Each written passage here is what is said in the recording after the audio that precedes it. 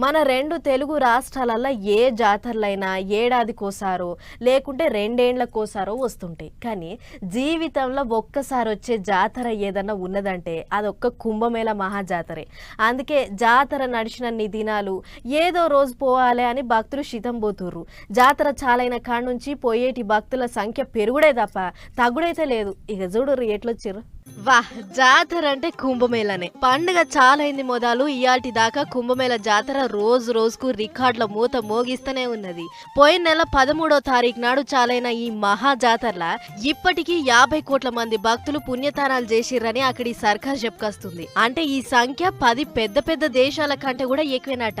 China ఇంకా మన India కాకుండా ఎక్కువ జనాభా ఉన్న దేశం అమెరికా.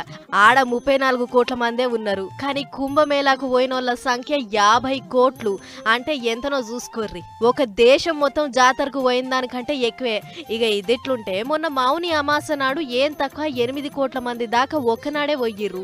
మౌని అమాస నాడు గంత మంది పోయేటాళ్లకు జాతర అంతా కాలు వెట సందు లేకుండా అయ్యింది.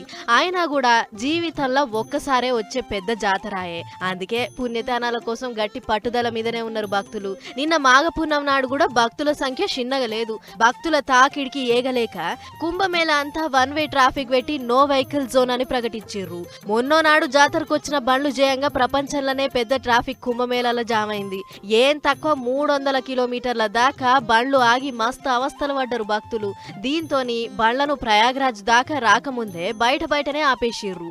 గిట్ల జాతర చాలైనప్పుడు జర్రంతా పల్చగా ఉన్న కుంభమేళాల రోజు రోజుకి లక్షలు కోట్ల మంది పోయే కాడికొచ్చింది. ఇప్పటికైతే 50 కోట్లు దాటిందట.